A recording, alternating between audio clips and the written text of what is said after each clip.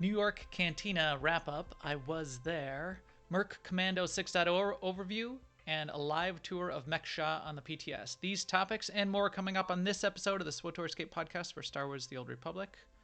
Did I say the SWTOR Escape podcast for Star Wars The Old Republic? That's kind of redundant. The Office of Redundancy of the Redundant Office of Redundancy. Our broadcast astromech today is EPC 312. And playing alongside me is Seema. Hi, Seema. How's it going? Hey, Max. It's going really well. We're recording on a Monday night, which is very different for us. Yes. But it's cool because we didn't get to record last week because of various scheduling reasons, and so this is kind of feels like there's less of a gap in between. So I'm glad we're doing it.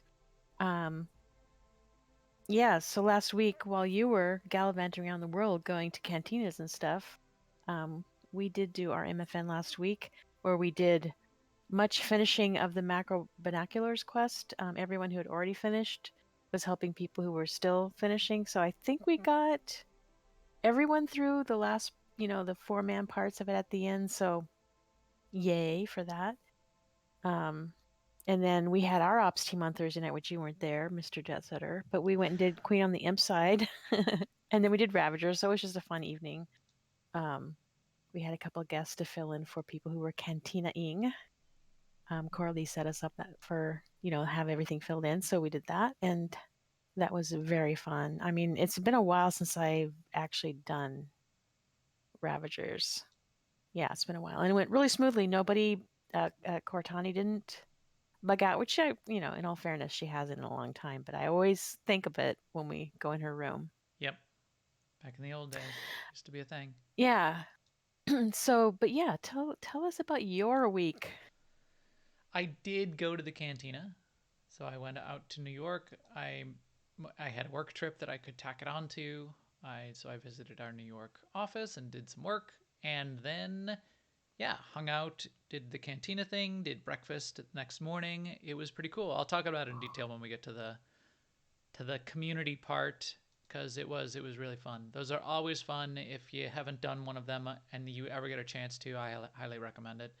It's both really fun and interesting to talk to the devs, and the best part is just hanging out with friends and seeing people in real life that you've never seen in real life, and meeting new Star Wars players and that kind of thing. So it's great. Also this week I've been on the PTS to some degree. I've been doing our mandatory fun nights, finished up macro binoculars for a couple extra people, but I keep checking various things out on the PTS, and in particular, I was really excited, and I spent a lot of time on Mek-Sha last week. We were going to try to get that podcast in, and then they took down the PTS on Wednesday before we could. So I couldn't. We couldn't broadcast. I didn't have my rig. This is actually quite a complicated setup. I could not really bring it remotely and do all of the things. We would have to do a really shortcut version of it if we're going to try to ever do that. So we just said, hey, we'll push it off a couple extra days, a little bit longer gap between podcasts, trying to get ourselves back on track anyway. Fun to do it on a Monday as a surprise, a little bit earlier in the evening too. So that is me. But we do have some, especially because it's been longer, we've got a few news items to go through. Now an Imperial News Network report. So first up, they did finally publish, Daniel Steed published the Ranked PvP Season 11 rewards. Season 11 is ending on October 22nd, so it's ending when 6.0 launches, and there's going to be a pretty good gap between Season 11 and Season 12, so there'll be time for you to get all your gear and get up to item level 306 and all that kind of thing, so you don't need to worry about that. But they did publish a post, which looks kind of cool, with some of the rewards. They wrote up what the rankings are, how that all works out. A couple people were a little bit down on the rewards. I heard second hand or third hand, so maybe it's not very many people. I kind of like them. They're not on fire, and I was gonna say they're not on fire. I heard a rumor that the on fire versions of these rewards may be coming back around in the cycle relatively soon, and you may see me ranked PvPing if that is the case. However, I like these weapons. I like the. I mean, I don't get one because I didn't rank PvP, but they're really clean. So They're cool looking. I I don't. think it's kind of cool. I mean, I don't track on PvP rewards, so. But before the issue was you didn't know what they were going to be, and that's why you didn't get the ones on fire last time, is you didn't realize until it was too late to earn them. Yes, I don't know if there's a way to know when that's gonna, in theory, cycle around and when it's potentially gonna be a thing. But So Kogas in the chat room says that when season 12 ends, the Furious set will become available again. and is that for season 12 or for season 13? Kogas. So Kogas is the one who told me this. This is where I'm getting my information. So Oh, okay. yeah, so I'm gonna have to find that out. I'll track that down. If there's some way to know if it is season 12, then maybe I'll. If there's any way to know at the beginning of the season, that would be really nice. Because then I would put the effort in to get some points. Or even halfway through. Right. Get it. You'd still have time. You know, we should talk to Kogas regardless, because I think there's a way you could just if it's coming up Figure in it a out. season, you can collect. Remember, you can collect a whole bunch of the PvP currency and spend it the next season. I believe. I'm not positive on that. I'm not a ranked PvPer, so I'm gonna have to come back around on that. But we should look into it, and anyone that is interested, especially when there's really cool rewards like that, and maybe this is something they should publish at the beginning of the season. Daniel Steed would get more people focused on, or do some of it, or you know, a little bit of a preview, so you can, if there is something cool, then you are incented, but maybe not release everything, because then if you hate everything, you don't want to turn people off. I don't know. Maybe there's some way to do it.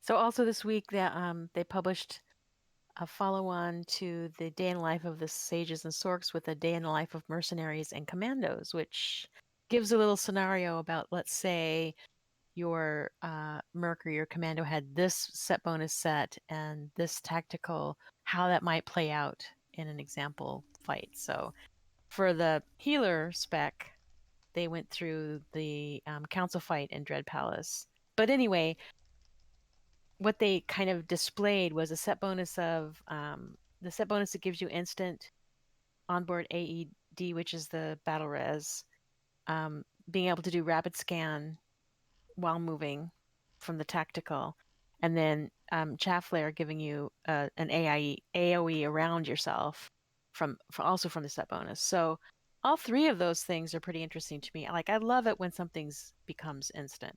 So even though if things are going smoothly, you're maybe not using, it'll be great. That'd be great for Isaac's instant battle res. Anyway, and I also love when you can move during things. And rapid scan is an ability that I use, so yay for that.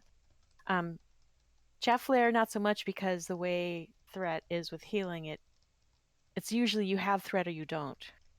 So reducing your amount of threat isn't always useful. Yeah. So but if it's a little AoE heal, maybe gets its button after all, and you just use it when you're, don't have anything else to do. So those are three things with potential. So I'm like happy about that. That's good. I like it. Yeah, that is good. On my story, yeah, little bit different story. Not that it's bad, not that anything's bad, and the story that they tell is a good story. And again, if I'm going to be doing ranked PvP in season 12, maybe I'm going to love this. Maybe now maybe I'm going to turn my story around. So, quick update on that. Kogas did post there in the chat room. They announced at the end of season 9 that from season 10 onward, they're going to re-release previous season rewards. So season 10 had both the new rewards for season 10 and additional rewards for season 1 that got re-released alongside it. Wow, that's kind of cool. That means when season 12 does start, which I think is going to start in theory like in the December timeframe, they're gonna, at the end of that season, the season 3 Furious stuff on weapons on fire set will be available as well. That's tough, because I don't like ranked PvP. I PvP all the time regular. Ranked, it makes him angry. it really does, it makes me angry.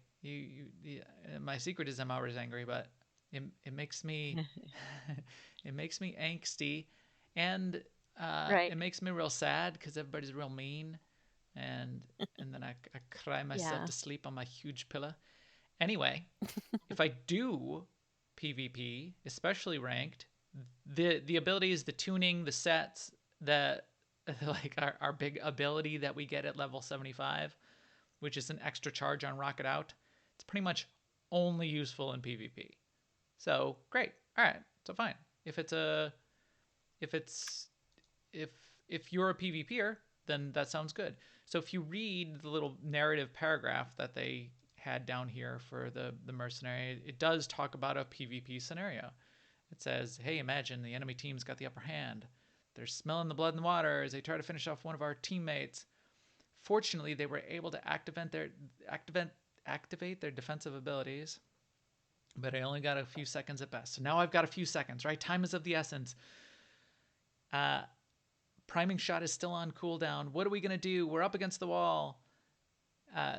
So there's so they don't use Rocket Out. They don't even use Rocket Out in their little, little paragraph, but they use the set bonus and the tactical. So they said, great. So what we're going to do is we're going to start our counterattack with Power Surge that makes the next ability normally do an instant cast. Tracer missile is immediately fired near the center of the fray. Tracer missile with the set bonus gives you, is it the set bonus or the tactical? One of the two. This is the mixing of them is where it gets interesting with this one. So one of them applies heat signature, and then the second one, after they've got heat signature, then you use your second charge of Power Surge, then you cast Fusion Missile because of that thermonuclear tactical to spread that heat signature, and then now you've got a setup. The story though is a long story, isn't it? That's why I'm a little skeptical even about this. So it says you're going to use one Power Surge to cast Tracer Missile. You're going to use another Power Surge to cast Fusion Missile, which normally you'd never cast anyway, but you're going to use Fusion Missile, going to blow Fusion Missile to spread that heat signature then. So you Tracer Missile and a heat signature. Fusion Missile to spread the heat signature, and then Heat Seeker Missiles when your heat signature is spread amongst a bunch of targets, then your heat seeker missiles are going to blast out and you get extra heat seeker missiles going out against all of the other targets. Plus, there's the extra 10% armor penetration bonus to all that damage, which is just sort of part of the set bonus, which is probably the most useful part of that whole set bonus. Right, but this sounds like one of those things where if it pays off, it's the kind of thing that would change your rotation and your gameplay a little bit. Because there's so much setup, I feel like you'll do it, like once a year. Because here's the thing, you never. What is this? This is like 4 or 5 global cooldowns. I'm gonna do Power Surge. I guess that's sort of off the global cooldown. So at least 3. So I've got to get Tracer Missile off, and I've got to get my Fusion Missile off, and then I've got to get Heat Seeker Missiles off without getting like shot myself or have to run away or have to rocket out 2 times so I'm not in range. But that would work on something like the trash in before, okay, use your words, Seema. The operation on Yavin 4, yeah, when it has that trash in the beginning where they have a lot of life and they last a long time. Yeah, that kind of some situation. Trash and that kind of thing. Since you're using the Power Surge, there's no cast time on any of these because Heat Seeker Missiles is insta cast. Tracer Missiles, if you got 2 charges on Power Surge, that's what the tactical does. I think is the 2 charges on Power Surge. Is that? No, that's the 6-piece bonus on Notorious. The tactical is the thermonuclear fusion. That's what spreads the heat signature from your fusion missile. Anyway, sounds like a pretty convoluted scenario, but if you could get it off regularly, and then it will be sort of like your big move, and you can do it relatively often. You can do it a couple times every Warzone match. Then maybe it's kind of cool. And maybe it'll work. I wonder what the range is on the thermonuclear spread. Nearby targets. See, that's going to be impacting anyway. Anyway, that wasn't the key of. That's something you need to find out. Yeah. Tonight, but yeah, So they're trying. I like how they're doing these posts though. It's sort of stitching it together. It's showing how they're trying to marry some of these abilities, and I hope we get interesting combinations as a result that we can also discover and they haven't even discovered. I hope we don't get the other side of that, which is undiscovered, game-breaking, way overpowered combinations that nobody noticed until we get it released on, in November or December when this is finally released. And we get into PvP matches and somebody says, wow, Smash Spec is back and it's way broken because if you do this set bonus, this 4-piece set bonus, and this 2-piece set bonus, and this tactical, you can set these 3 things up and you do 1,000,000 damage. It's an I win button. Yeah. I think, though, you could look at it a different way, which is that's definitely going to happen. Right. Instead of hoping it doesn't happen. True. And that got back to something we've said in this for quite a while, which is there's balance is forget balance. It's not going to happen. Ride the wave. It's going to be chaos. It's going to be chaos. Yes. If there's some overpowered class, play that overpowered class. I don't know. Then do season 12 with that overpowered class. If it's that overpowered and you feel like you can't compete against it, well, then great. Ride the wave. There you go. All right, back to the news. PTS Phase 3. It's up. It's ready to go. So see, this is a little bit old news now. It's only 5 days old. PTS Phase 2 did finally come up, and then it came right back down. But that's coming up next in the news.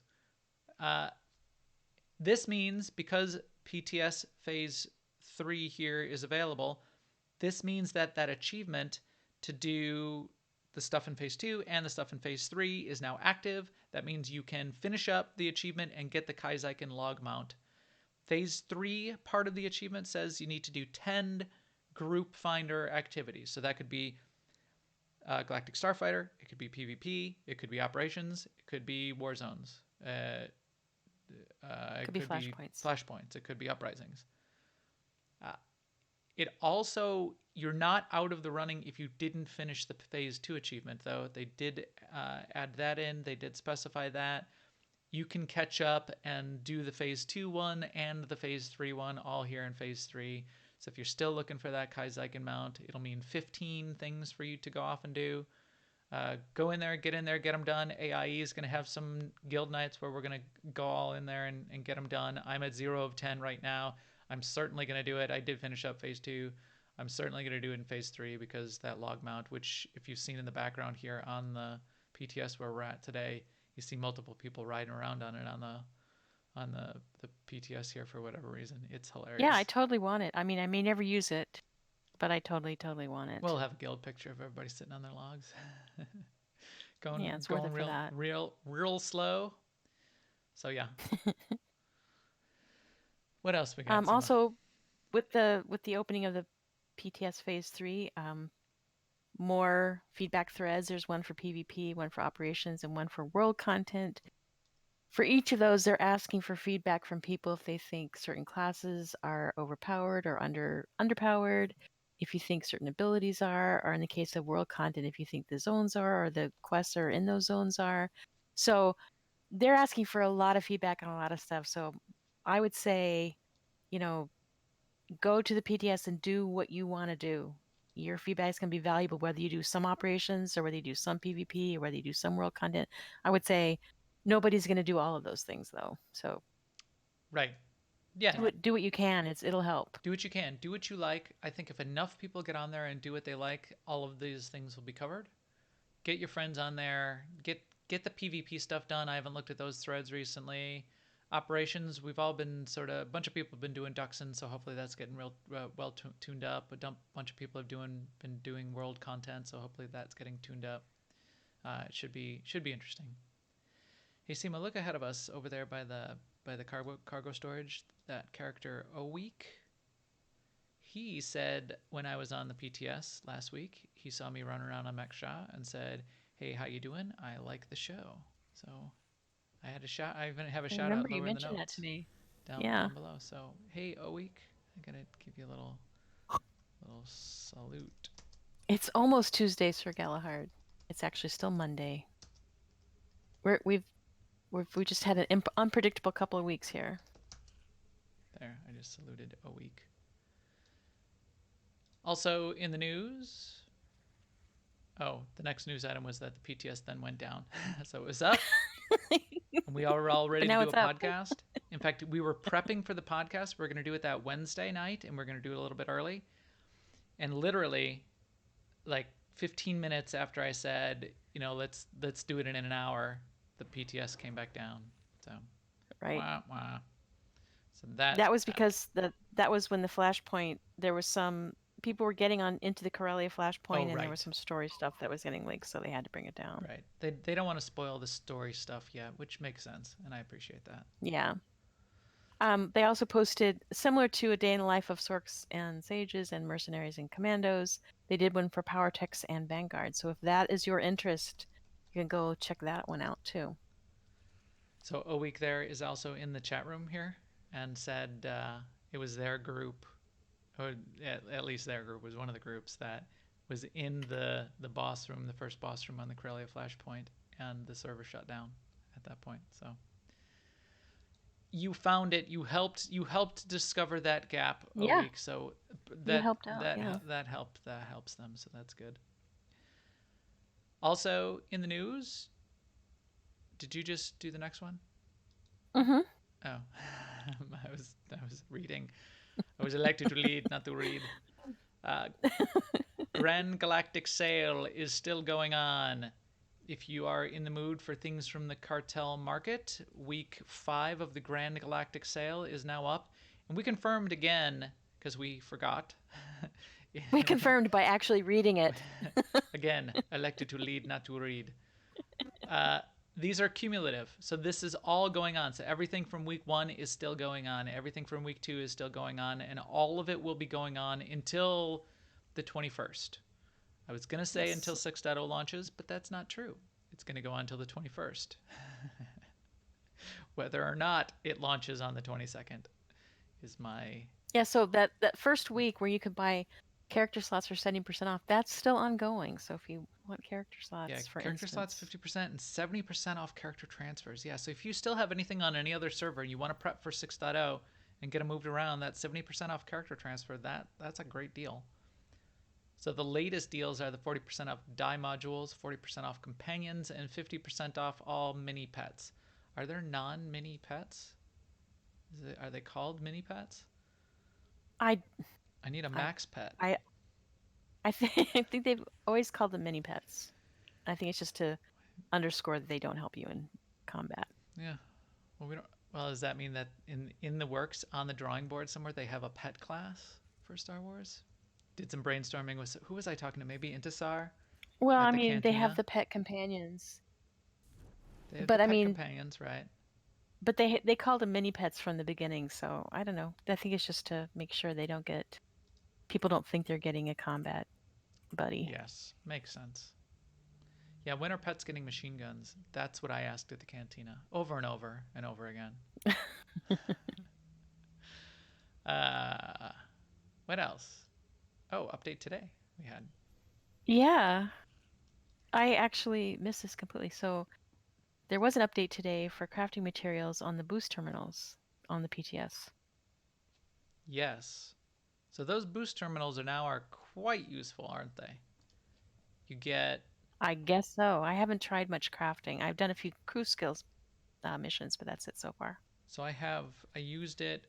You get processed isotope stabilizer, which is the new ISO stab. That's the tier 3. You get solid resource matrix, and you get legendary ember. So you get the blue, the purple, and the new legendary component. So the blue, and the tooltip is nice. I'm glad they have this tooltip. So it says it's found in Master Flashpoints, Story, Veteran, Master Operations, and Ranked War Zones. The purple one, reward for completing the personal goal of conquest. This one's kind of hard to get, and this is part of what Zen was talking about when we're talking about crafting, that you have to get your personal goal on conquest to be crafting certain things, and it's not repeatable, and you only going to be able to get so many things per week. That's a big limiter. And then this last one, the legendary ember. Rare reward from harvests and missions. I wonder how rare, and I haven't looked up yet. Zen could probably tell us what that's going to be used for. So now every time you click that boost terminal, you get 10 million credits, you get 1,000 tech fragments. The new cap on tech fragments goes up to 5,000, and you get 20 of each of these rare crafting materials. If you want to try out crafting, this is a way to be able to have these ones at least and try to get to some of those upper tiers. I started leveling up my crafting today as a result. All right. In community news, New York Cantina. So let's talk about that for a couple minutes. Yeah. It was awesome. It was great. So in fact, I should probably bring up some pictures while we're talking, shouldn't I? It was really cool.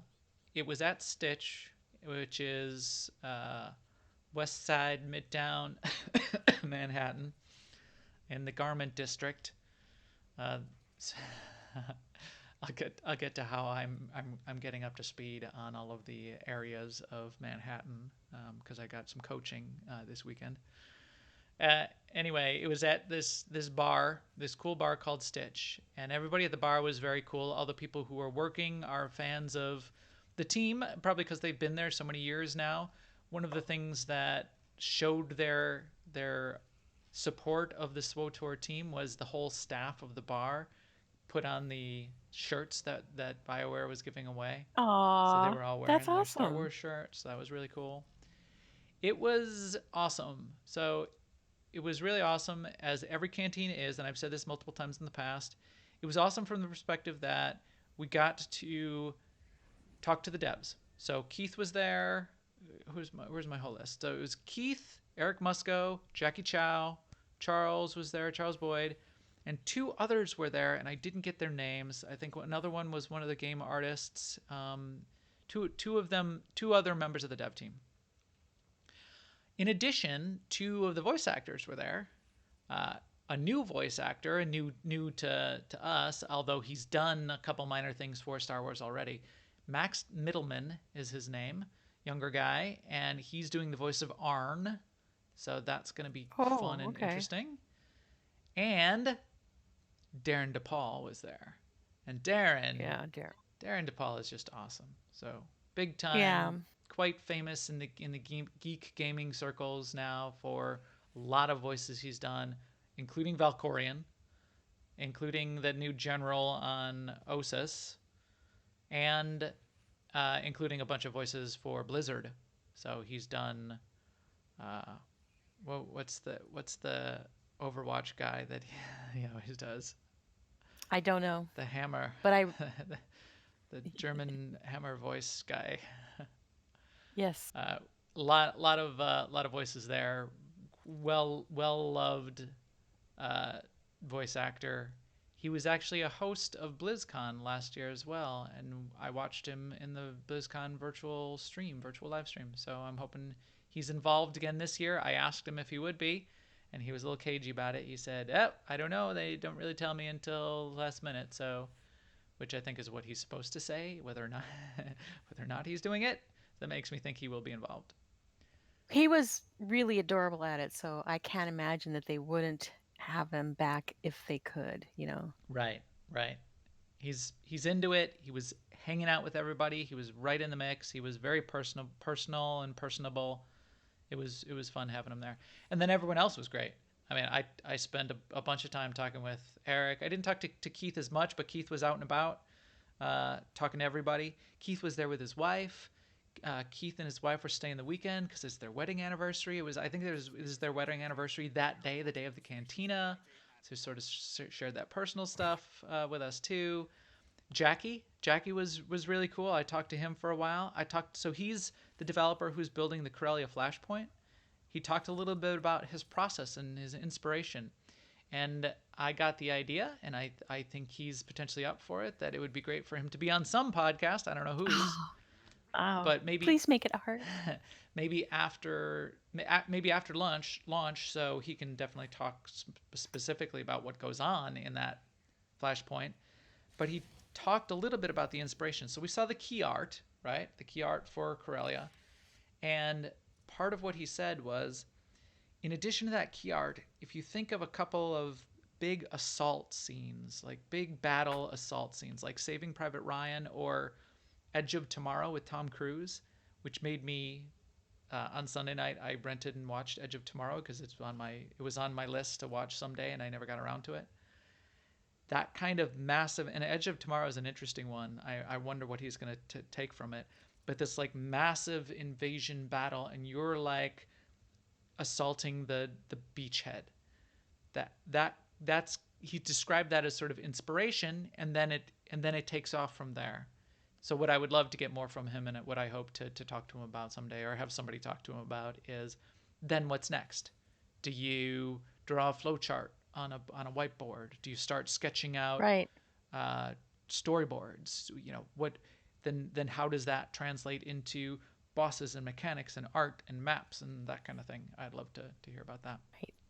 Right. What I love about him is the mix of the technical and the practical and how do you get it done, and the artistic endeavor and how do you use that stuff to tell the story. Right. I'm getting into that with writing. I've mentioned in post show, join the post show if you want to hear these kinds of things. The Brandon Sanderson lecture series for Boston BYU. That description of the process. I do a lot of software design, or I'm adjacent to a lot of software design in my job. I focus on the big ideas, and we have a studio and an innovation studio, and I'm now a practitioner of design thinking, design-led thinking, which is sort of a workshopping technique for taking ideas and making them real, understanding people and users and user journeys and personas and vision maps and creative matrices. That process then is fascinating for writing and for creative and for game design. So I'm interested in it. So that was really cool. The people getting to mix with the devs. And Stitch was much, much smaller than the Celebration Cantina, for example. Celebration was in a big, giant ballroom at a hotel. Stitch is it was a smaller bar. So if you saw any of the pictures out there on Twitter, I don't know why I'm not finding pictures. I thought we had them out on, oh, you know where I can get some is off of Twitter. I thought we had them in our Discord, and that's what I was looking for. So it's a much smaller bar. It was a much smaller place. It wasn't tiny. It wasn't like nobody was there, but because if you think about it, most of these people down here and a bunch of people up on the balcony here. So this is when Keith was doing his little talk. It was actually a ton of people there, but it felt just so much more personal, and it felt a lot smaller. I was mostly hanging up on a balcony up here, which wasn't that big of an area, and it was just really cool. I spent a lot more time talking to the devs this time than other times. At Celebration, there was a line of probably 50 people long if you wanted to get up and get a picture taken with Charles in his costume. He came in a costume this time, and there was no line. You could just walk right up to him, and he was hanging out. And in fact, he was like walking around trying to find people to talk to, in a good way. So much better that way. And then this is the real reason that it was the most fun of everything. Real life friends, hanging out, being able to put faces to names, being able to hang out with people that I've only talked to online. So in this picture is most of everybody who is there. Kogas, Intisar, that's me. That's Bikav, who's one of our guildies and officers. That's Marcus and Nick from the Working Class Nerds podcast. This is Doc SWTOR from the Utini cast. There's Eric, there's Charles. We're all just up there hanging out, chatting all night. And then we went out after too. Most of these people, not Eric and Charles, but most of the rest of these people, we went out and we're out quite late, having some drinks. And then you got up early for brunch. And then the next day, Zen got at least a couple of us out there. It was Intisar, me, and Zen, because Marcus and Nick were supposed to come, but they ended up grabbing lunch or breakfast somewhere else and got lost on the way. We went over to a place called the Skylight Diner. Which was a very, very New York diner. You ever watch Seinfeld? A big salad. Yeah. Yes, you get a big salad. And the food was fine. The staff was kind of angry, but it was fun and cool and felt very New York. So I liked it. I had a good time there. And out the window, the whole time we were watching everybody coming back and forth in their costumes to New York Comic Con. So that was a great wrap up. Intisar, me, and Zen hanging out there having brunch at the Skylight Diner. So really fun time. A little bit of news, not a lot. Working Class Nerds is going to have a couple of voice clips, sort of more like drop-ins. You know, I don't know what they got. They got a couple. They got like Charles and Jackie and a couple people to say stuff that they're going to play on the podcast. I think we're going to have to steal those so we get some too. We didn't get much news, so there's nothing big from that perspective. A world boss was confirmed on Mek-Sha. In fact, I will show it to you, Seema, because I found it. I did get a little bit of an inside scoop that they are working on, I don't think for the launch right away, but they are working on some sort of stronghold. They didn't say where, they didn't say what it's going to be based on, but it sounds like they're working on another stronghold. I did get a hint that it will not, at least right away, the one that they're working on is not Mek-Sha, which made me a little sad, and you'll see why very shortly when we get to Mek-Sha, because I love it. But so not a ton of news. Everything's on the PTS. It's all sort of out there. So that's the sort of the point they made. So without that, and without having to have a big presentation or a talk and sit through a big slide deck, it was great. It was great. We hung out and had drinks. They bought drinks and food for everybody and had a good time. So that's that. I actually watched on Kid Lee's stream, and he was right. He was coordinating with Dr. SWTOR, and Dr. SWTOR was up there on the balcony with you, so right next to Eric. So we got a good view of what it was like there. It was, as always, a little conflicting, noise that made it hard to hear, but it was fun to watch. Yeah, and it's always hard. It's always hard to do those. They were just doing remote streams from their phones, but we do the best we can. And if you want the full experience, go there, be there, do it. Yeah, I gotta do it. Gotta be there. Do it. All right. The only other thing we have this week in community news is we are going to do a mega this month. I believe Marcus is going to try and set up something on the PTS to help people get the achievement done. Don't have a date for you yet, though. Right. All right. Okay, Seema. Let's look into the future.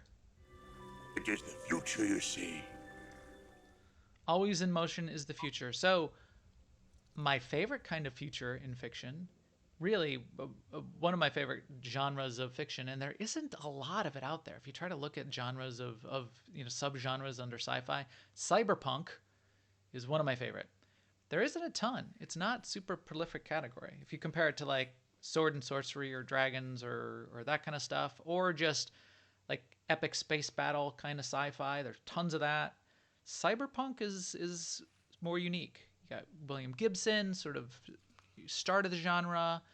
Blade Runner falls a little bit into that category, although it's a little bit different. Daniel Suarez, if you sort of look at a more modern time, or if you think about Neil Stephenson and what he did in Snow Crash, those are kind of cyberpunky. We need more, and when I quit my day job to walk the earth, I'll become a writer and I'll write cyberpunk novels. How about that? Yeah, that'd be awesome. But I'd read them. until that time, we do get a little bit of a cyberpunk flair in this next zone. So let's go. So I waited here on the fleet so that we could go and we could watch the load screen on the planet. I did notice this isn't done yet. So there's a bunch of stuff that's not done. 22nd, coming fast, guys. But it's getting closer and closer every time I see them. Every time the PTS comes back up, it's getting closer. But as you can see, yeah, there's a little bit more that's complete. Yeah. Travel now. Get the splash screen. Go to Mek-Sha. 5,000 credits. 5,000 credits. That's highway robbery, man. So I don't know if anyone's noticing, if you're watching the video, my overlay, the around the outside there, you can just sort of see it up in the back there behind me, behind my video window there. In fact, I can shut the video window off for a second and show you the full Shut the overlay off. This is my little animated background now from that I've captured from Mek-Sha. So for 6.0, at least for the launch, I've changed it up a little bit from the backgrounds, and Mek-Sha is going to be where we broadcast from. So got that going for us. Here we are. You land on Mek-Sha. It's a pretty cool place. And right away, so from anywhere, basically from almost from anywhere, from any part of the zones, remember Mek-Sha is not a planet. Mek-Sha is an asteroid. And it's carved out of, it's sort of like a half-mined asteroid. So if you imagine you took like a snowball and you started clawing away at a side of the snowball, or you took a pumpkin and you cut away started clawing away the face of the pumpkin. So it's like a partial shell. And then inside that carved away shell, you decided that you were going to sort of build a city inside of there. And then to cover the outside, to protect you from space, there's a giant force field. So if you look up into the sky, you can see it pulses in and out. There's a big force field covering the outer zone of the whole asteroid. And then you do get the feel, as you just look off into the distance, that it's just tons and tons of like built up, all of these, you can almost think of them as like little apartments. And it's very cyberpunky in that it feels like you took containers off of container trucks and you just started bolting them and welding them together and turning them into like buildings and shops and stacking more and more and more on top of each other. Yeah, like the stacks in Like the Ready Player One. Yeah, like the stacks in Ready Player One. Exactly. It made me think of that. You land here on the first platform, and I think there's a separate landing platform, a separate starting point for the Republic and the Imperial. We're not going to the same point, especially if you're in PvP. You wouldn't want that to happen. I'll show you the travel map. You can click on this guy. When the Phase 3 of the PTS came up, all these travel points broke, which is real sad, and I'll explain why. Because here in the upper right, which you cannot get to without a taxi point, at least I can't, because there might be a bind point there, but I didn't unlock it or something, so I don't have it. It's called the Hutbreaker's Compound. I don't know why it's called Hutbreaker's Compound, but it's a black market auction house, like a physical auction house. There's like rows of seats. It looks like you would have an auction there. And then scattered around the room are the exhibits of the black market stuff that you would get, that would be auctioned off. Front and center on the stage, the thing you're looking at is obviously a dachshund beast in a big case. And then, but spread around everywhere else are just a whole bunch of things that I'd love to have as decorations. And there's a lot you're going to want to jump off here. Seema just jumped off of something. Yeah, I jumped off of many things while I was here. You're just going to want to jump off everything. Hutbreaker makes me think of, so it's providing goods that otherwise people might have to go to the huts for. So they're like, this is the black market that's... I noticed it, and they still could be even changing more, but from Phase 2 to Phase 3, the names of each of these areas changed, which I thought was interesting. So the Slug Fall Cantina was called something else. I think the brothers watering hole or whatever was called something else. They had something called the Red Light District, which is no longer called the Red Light District for whatever reason. So I don't know if that's going to continue to change, but a bunch of that went on. So let's mount up here. Seema. I mean, maybe because there's a red light district on Nar Shaddaa. Well, I see this is called the red zone. So now it's called the red zone. Yeah, not the red light. I thought it had like a sort of a negative connotation potentially. That too, but they already used it also. Everywhere you go, and this is the places we can't get into yet, you see these personal phase. So there's a bunch of little quest areas all around here. I think there's going to be story and there is dailies. I've already noticed. So if you click on this console, you can get one of the heroic two. It looks sort of like a repeatable mission. Yeah, I picked them up already, but they didn't come with little speeder icons. I was hoping. Oh, to get to quick travel speeder icons. Yeah. Good point. Since the speeders are not working. The other thing that's definitely around are gathering nodes. So there's gathering nodes. Like here's a slicing one. In fact, I should be able to slice this. Yeah, it's kind Right. of alarming, because the first one I went to was a scavenging node, and I scavenged it, nothing happened, but my skill went up. And then I eventually noticed I had to open up the mat storage and notice it was going in there. I meant Oh, right now there was no messaging though. It wasn't like right. Some of the that's window still pops up and broken. says you get, yeah, Yeah, and it doesn't show but up I was in your getting this stuff. quest log. Now I did just get, and I got 6 grade 11 credit cases for scavenging that thing. Although when I click on the credit case, Yes. nothing happens. So, like maybe my currency's going up and that message isn't showing up anywhere. So what do I have? I have 1,425,917,835. Click. Nope, getting nothing. So these are not working. Nothing in the credit cases. I also checked earlier today too on my character that I copied over that has CXP packs on her. Mm-hmm. They they are still in her inventory, but you can't. Nothing happens when you click on them. So So this guy's even got a conversation. Not gonna do it just yet. yeah, brother's messenger. I like his outfit too. I noticed earlier. In phase 2, when I was here, all the NPCs or at least I think really only half the NPCs. These ones are still statues. So see how these guys are all statues? Most of them are now live. At least they have like idle animations and they're moving around a little bit. Mm-hmm. These ones are Yeah. just statues. So when they first Right. brought it up and they first staged this out, they were all just statues. As we go further in, you'll notice many more of them are around, and they're at least they have idle animations and they're alive. As we get further on, here's a Republic. There's a Republic guard over here. So this is like the Republic landing zone. Oops, and they're shooting me. Run away. No, come back here. Dismiss. Can I come?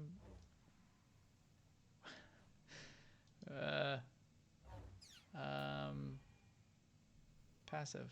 There we go. Passive. Stop it. You're gonna get us killed. So this red zone, the area in the back of the red zone here. Did you go here yet, Seema? It used to be called the Refugee something something, and now it's not called that anymore. Is it out here? Yeah, now it's called the Brothers Oversight Center.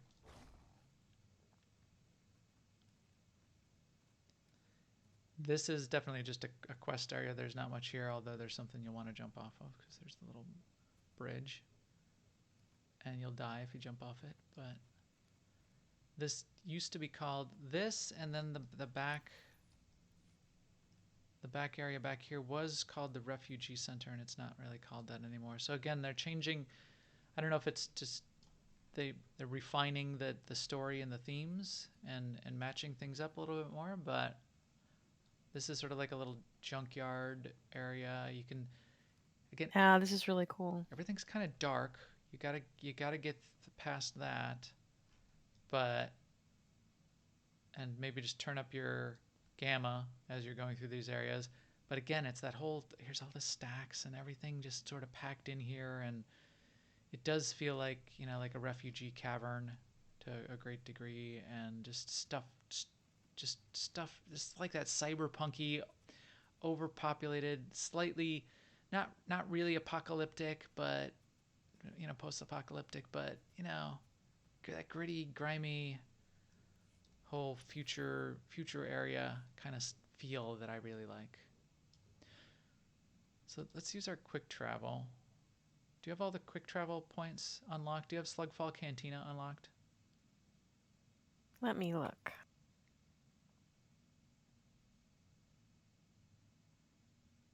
I have Red Zone, Imperial Rest Stop, and Brothers Oversight Center. Okay, well, we'll go to Imperial Rest Stop then. And I think from there we can get up to the Cantina. So there's the Black Market Auction House. There's this red zone. There's the Slugfall Cantina area. There's a shopping area, and then around the shopping area and around each of these are pirate-controlled territories. So the pirate-controlled territories are areas that. Ooh, I'll show you where the world boss is. where the world boss is. I think I just got conquest points and renown points for Shea Vizsla dying. That's probably unintended. So follow me through the back alleys here. These are like, so if you look, there's like these water areas. You can jump down in it. Forgot how to, you just get back up over here. How do you get back up? I'm stuck. Duck? No, I said now I'm stuck. Did you get up? Oh, I thought you were telling me to duck, like to go under something. Maybe we shouldn't have jumped down here. But the water looks kind of nice. At least There, you can we jump never up have to worry underneath about him. drowning in this game. Jump up like right here, towards me. There you go. Yes, you don't have to worry about drowning, although they should add drowning to that one pool now in the ducks in operation where you can be underwater. In these, also, like all of these little back alleys, there's a bunch of NPCs hanging out. There, what does this do? Watering hole wish receiver. Click it. What did you get? Make a wish. Make a wish. Did anything happen? Just like every wish generating thing. Nothing happened. Nothing happened. Huh. There. So that's new. Jot's journeyman. If this guy, come at me, bro. Oh, there's a few of them here. So a lot of these pirate zones, there are some hostile mobs just run around the outside as well. Especially some of the, most of them look like this, just these walled gangers, these little gang members. But then you'll get into pockets of pirate-controlled areas where there's a bunch of NPCs. But throughout all of these on here, and here is the world boss. Throughout all of these, there's just these little winding paths and these back alleys that just make it really, really cool. So here we are at Burzo's Wells, and down in this center area of Burzo's Wells is the Dread Pirate Carvoy. This must be the world boss because he has, what am I looking at here? 38 million health. So that's a little bit more Yep. than your average mob. Yeah. Yep, more than your average champ. So we'll come back to him in a bit and fight him, I think. And look, there's another Junker guard that's a champion. There's various and sundry stuff around here. For your dying pleasure. So let's get up to, yeah, let's circle back around, get up to the Cantina, which is a cool area. We're gonna have to go through some of these mobs. Just ride on through. You can skirt by most of them. The Cantina is a cool area to go check out, and the shopping area is a cool area to check out. And by the Cantina and the shopping harbor area is where at least one of the datacrons are. And I heard there's 2 datacrons, but I've only found 1. So we'll go see at least one of the datacrons and talk about that as well. So Oh, this is cool right here. Yeah, this is one of my favorite areas up here. So the area on the left is the shopping area. We'll skip that for just a second. We'll come back to it. But then you loop around here, and this is my favorite area, which is the new background of the overlay. This is called the harbor. And if you look, it's like all these little docks where people are sort of like dock their speeders. And if you go out to the end of these docks here and you just look back at the area, at the zone, Wow. This is just so cool. You just look up. This is the essence of cyberpunk, with all of the animated neon and just the buildings wrapping all the way around. A bunch of that's where the bar and the cantina is. There's ships flying around above you, below you. You look out here off into the distance, and there's just still more towers with the neon. You look out into the shield. you can see a couple of the loops. There's a couple openings in the shield where it sort of looks like a temporary opening where ships can fly in and out. This is my favorite. This is my favorite stuff right here. This is just so cool. And then here also, so sort of right below us is where the first datacron is. So run back to here and then look. If you look down right below this center dock, that's where the first datacron is, or one of the datacrons. I heard the other datacron is way up high. So you see the red datacron down there? Oh yeah, I do. That one, Kid Lee has a video where he's been playing around. He's going to have a guide video that he's going to create, but he already released the video where he plays around showing approximately how it works, and he's gotten to it, and he sort of shows it off. But he shows some of his trial and error. If you jump down here, where I just jumped down, Seema, did you see me jump down? You might not have. Like right here? Oh yeah, I see you down there. So jump down here. And now if you're hanging out here long enough, what happens is there's that really cool moving sign. There it is. Oh, I'm going to try it. And I missed it. But I see the idea. That's what you're supposed to do. It was moving along pretty quickly. Yeah, you gotta lead it. You gotta figure out how to what the right way to get on it is. When you die, you come back pretty close. You have to jump on top of that and go for a little ride. It takes you actually have to jump off of it on a lower platform down on the left there, and then from there, so down off to our left, there's that ship down there. You have to go down there, and from there you have to jump. Oh.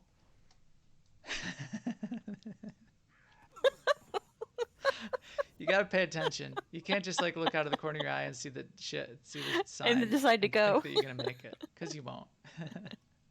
As you can see, now I'm dead again. But the funny thing is, I heard the neurons popping when you saw it and decided to go for it. I'm like, that is not gonna work. I'm doing this. I'm going. Yeah, you knew it was not gonna work. But you wind your way around down there to get across and get to that datacron. So it's pretty cool. That is incredible view if you look down. That's awesome. So now I don't know why I came back down here again, because now we need to, and it's just long enough when you jump off that you die. You can't just jump right down here, because if you could, that would be fine. Because this is where ultimately you need to get. This is halfway back to the datacron. But jump down here, we'll go back to the med center, and we'll go visit the cantina, and then we'll hit the shopping area, and then we'll go kill the world boss. And by kill, I mean shoot him once and get punched in the face. Oh yeah, that would be nice if they did put in some macro binocular mysteries here and there. Well, this would be perfect for that. You saw that little. They have a couple little just of these kinds of that console that said make a wish. I'll show you like a little ad terminal which gives you like little different ad stuff that pops up in the shopping area. They've added just random stuff in here that doesn't do anything. It seems just like colorful. I don't see why they shouldn't add more macro binocular stuff to discover. There's a lot of these like little discovery things. In fact, come on this way, Seema, I'll buy you a drink. Come on in here. So this is the Slug Fall Cantina. We'll go over here to the right to start. Sidle up to the bar, and I'll buy you a complimentary Mek-Sha meltdown. Don't mind if I do. There we go. Gonna drink that. I want it to do something to you too, though. I want you to like faint or fall down. So the first one is always free. Cyberpunk bar. There's a band. There's people at the tables. There's gambling. I'm shocked to find gambling in this establishment. Here in the back, now these NPCs, as you can see, they've got idle animations. They're alive. They're hanging out. They've got a little bit of character. Like this woman back here. Let me dismiss Darth Hexid. Dismiss. She's, I don't know what she's doing, but she sits very aggressively. This NPC. She sits angrily. With yeah, because she's like wearing a skirt, and then but she's sort of sitting really kind of aggressively on that seat. I don't know if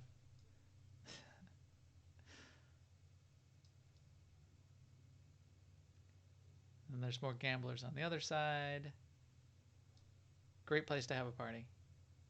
A lot of drinks all around. There's a couple quest areas in here as well. So yeah, if you go upstairs, you'll see some of the more of those red doors that I'm sure you're gonna have to need to use to finish some of the quests. Either it's story or repeatable missions. But here's one up here, and there's more. There's bars in each of the corners that you can go hang out in. So it's pretty cool. All right, so we can zip on or other to gathering node. What is that? More slicing. So let's zip on out and visit the shopping area. It's getting late. The stores are going to close unless it's holiday hours.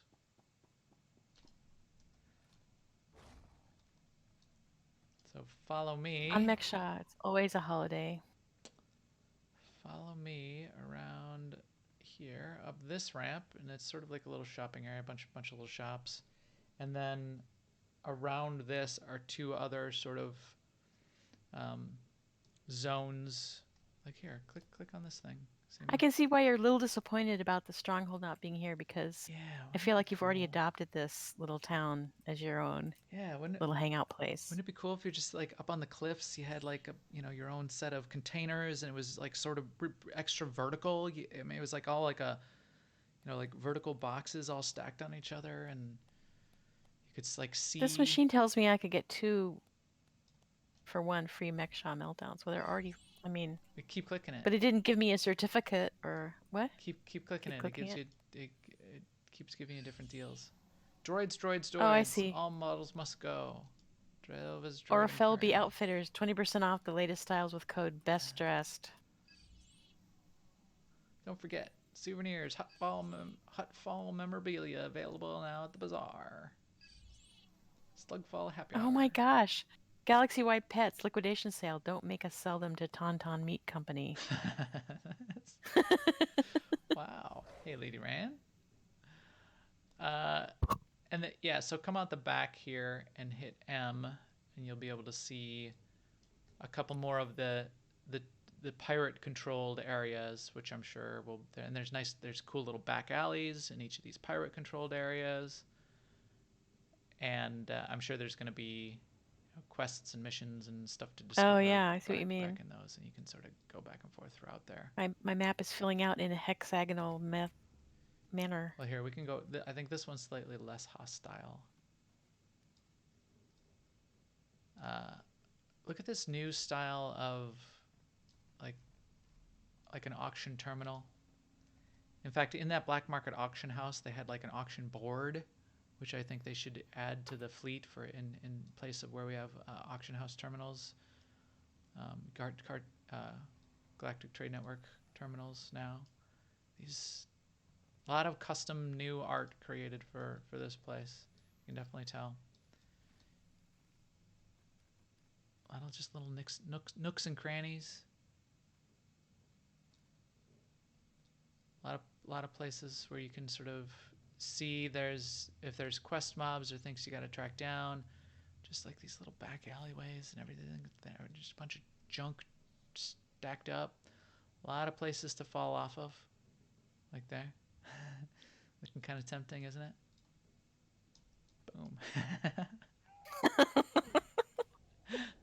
I don't know why you say that. Yeah. So very, very cool. All right, so to finish it off, let's go back. Let's see, we need to do quick travel to Imperial Rest Stop. Okay. Then we'll scoot around and we'll go punch the world boss in the face to wrap us up for the evening. So yeah. We'll scoot around and go punch who in the face? The world boss, the Dread Pirate. Oh, yeah, okay. So this because nothing bad could happen. What could go wrong? So this is it. What are your general impressions?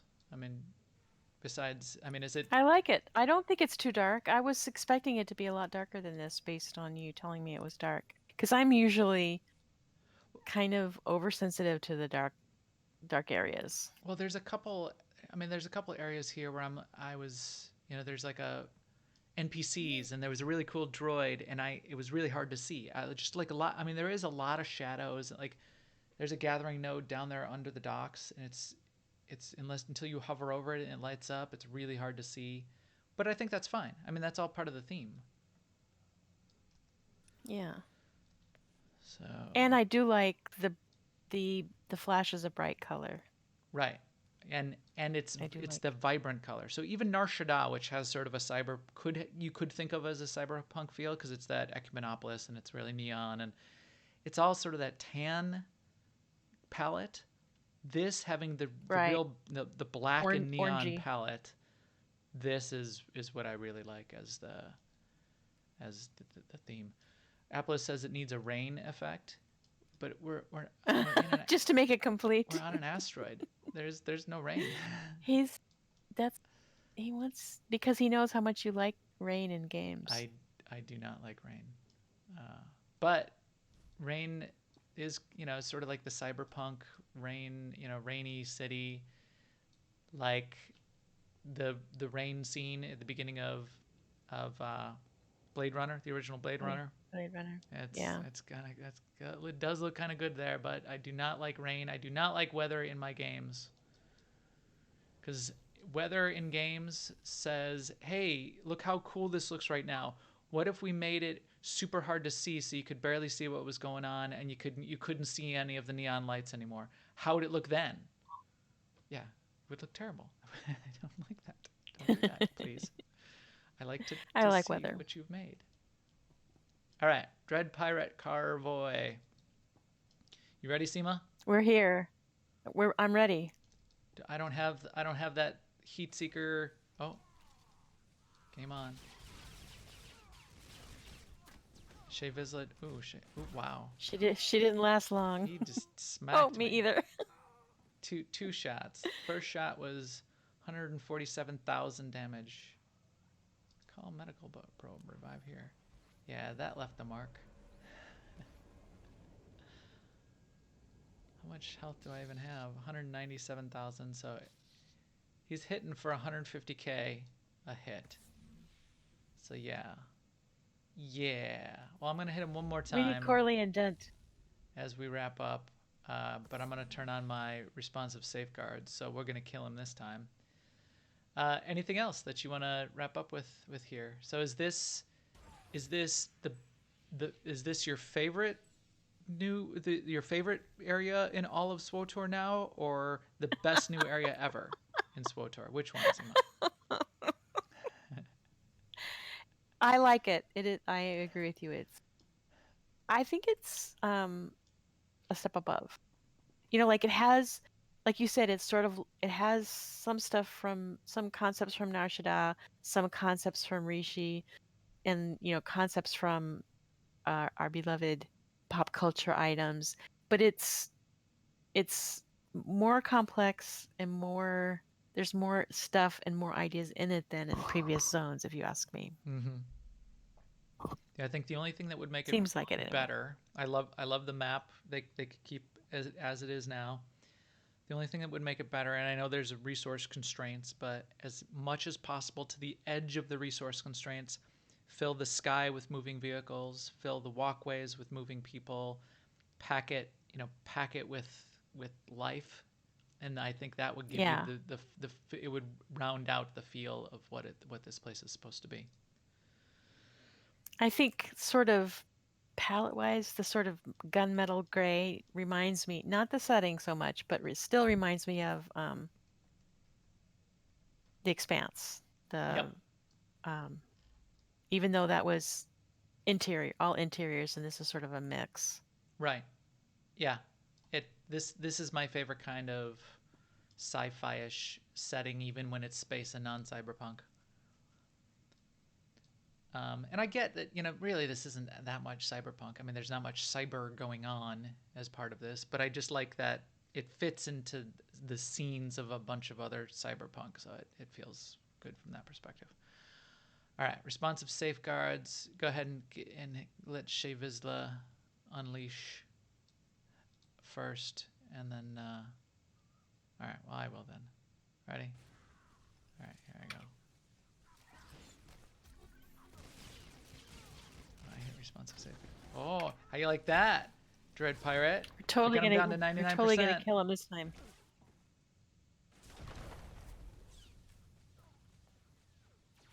Oh, look, he summoned an ad. Even. Oh, he has an Wow. ad. Really? Like he needs an ad. You need an ad? Yeah, like a bot. Yeah, Wow, that was scary. a potbelly robot came out. That was cool. Cool. Double rocket out. If only you had double rocket out, that would have saved you. You're right. Who said that? Galahard. You're absolutely right. That would have solved everything right there. Oh, the boss got double rocket out once, didn't save me. Rocket out twice, works every time. All right, with that, we can wrap up here. We can get our EPC 312 droid ready to broadcast this podcast out to all of you.